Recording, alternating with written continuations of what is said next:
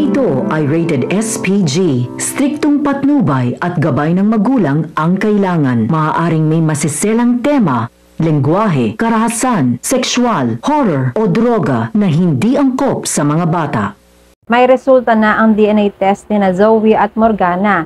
Paano makakalusot si Zoe dito para hindi mabuking ang mami niya? Lalo pa ngayon at alam na niyang buhay ang mami niya. Abangan natin sa abot kamay na pangarap.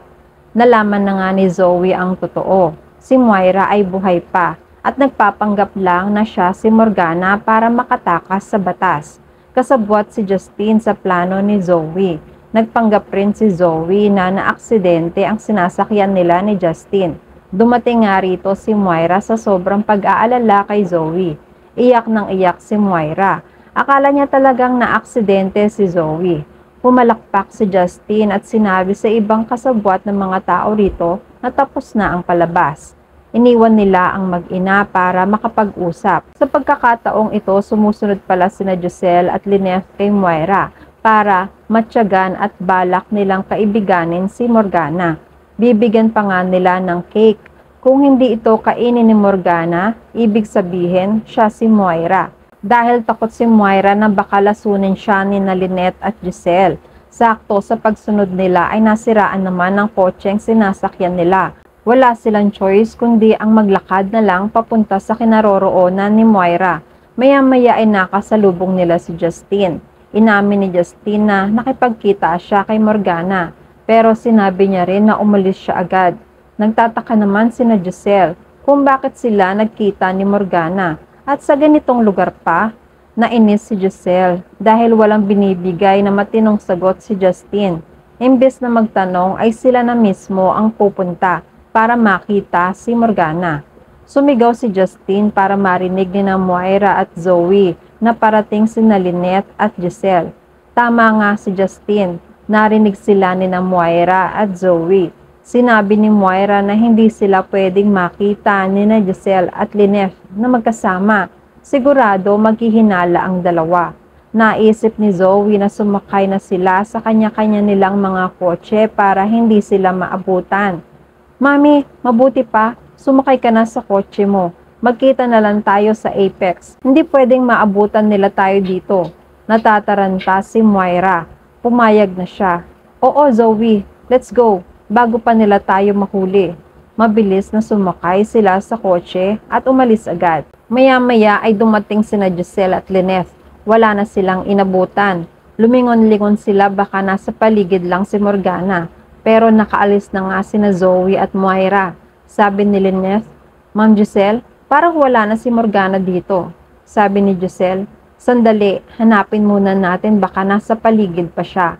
Maya-maya ay sumunod pa rin si Justine sa kanila. Sabi niya, see, wala na nga po si Morgana dito. Nagkita lang kami sandali at umalis na siya. Nagtanong si Giselle, at bakit naman kayo nagkita? Anong dahilan ng pagkikita nyo? Sumagot si Justine, it's none of your business, pero sige, sasabihin ko. Nagkita lang kami dahil pinag-uusapan namin si Zoe. Gusto niyang makilala ni Zoe dahil iniisip ni Zoe na siya si Moira. Pero ayaw namang pumayag. Wala na kaming maraming pinag-usapan pa. Nagkahiwalay rin kami agad. Masama ang tingin ni Giselle. Nagpaalam na rin si Justine dahil may pupuntahan pa siya. Maya-maya pa sa Apex, nag-uusap sina Annalyn at Lynette. Tinanong ni Annalyn ang nanay, O nay, saan po kayo galing? Sumagot si Lynette, Anak, sinundan kasi namin si Morgana pero hindi namin inabutan ni Ma'am Giselle. Kamusta ka ba? Nabalitaan kong nangyari kay Olga. Nakapagsumbong ba siya kay Madam Chantal? Sumagot si Annalyn. Parang hindi naman po siguro, Nay. Inaabangan na lang namin ang resulta ng DNA test para malaman natin ang totoo. Maya-maya nga ay dumating naman si RJ. Lynette, Annalyn, mabuti narito kayo. Hawak ko na ang resulta. Malalaman na natin kung match sina Morgana at Zoe sa pamamagitan ng DNA test result na ito. Sakto dumating si Zoe. Narinig niya ang pinag-uusapan nila ni RJ. Nagulat si Zoe. What? Pina-DNA test mo kami ni na Tita Morgana? Bakit niyo yun ginawa? Nagulat si Lynette at Annalyn at RJ sa reaksyon ni Zoe. Sumagot si Annalyn. Bakit naman hindi? Kung ito lang ang makakapagpatunay na hindi si Morgana si Moira. Gulat na gulat si Zoe. Bakit? Patay na si Mami. Nakita niyo naman ang katawan niya na inilibing, hindi ba? Maya-maya ay binalingan ni Zoe ang daddy niya. Dad, eto ba yung binigyan mo ako ng kape? Grabe ka, Dad. Pinag-iisipan mo na pala ako. Hindi mo man lang pinaalam sa akin ang plano mo.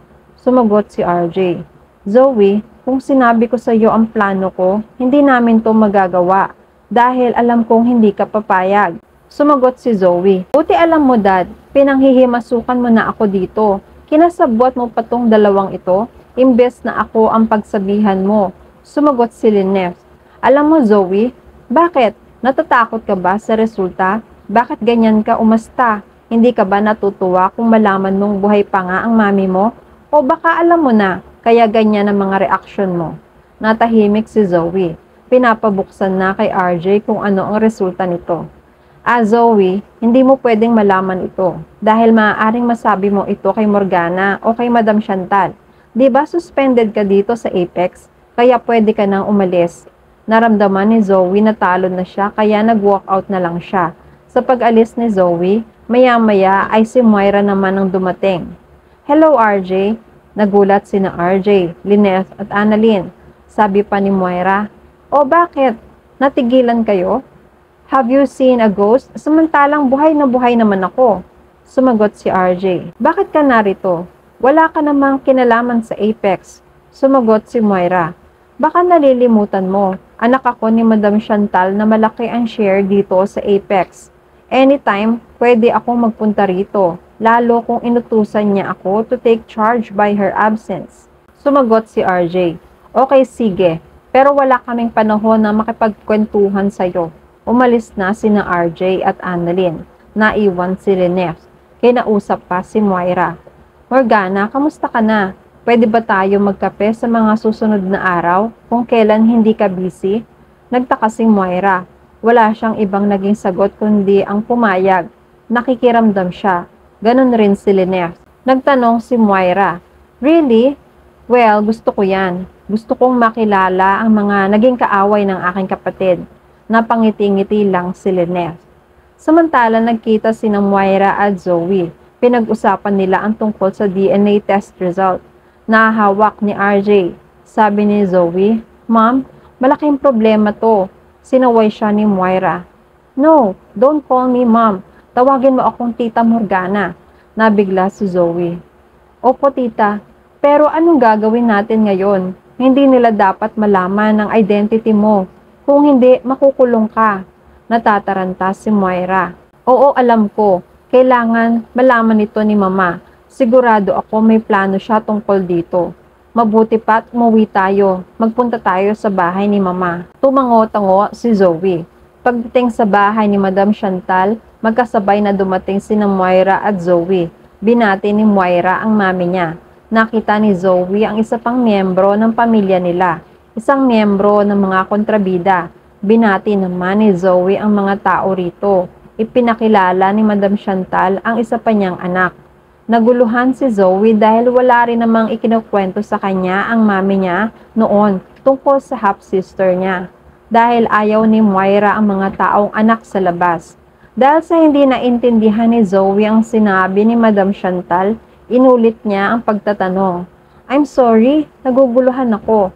Who are you? Lumapit ang babae at hinawakan ang braso ni Moira.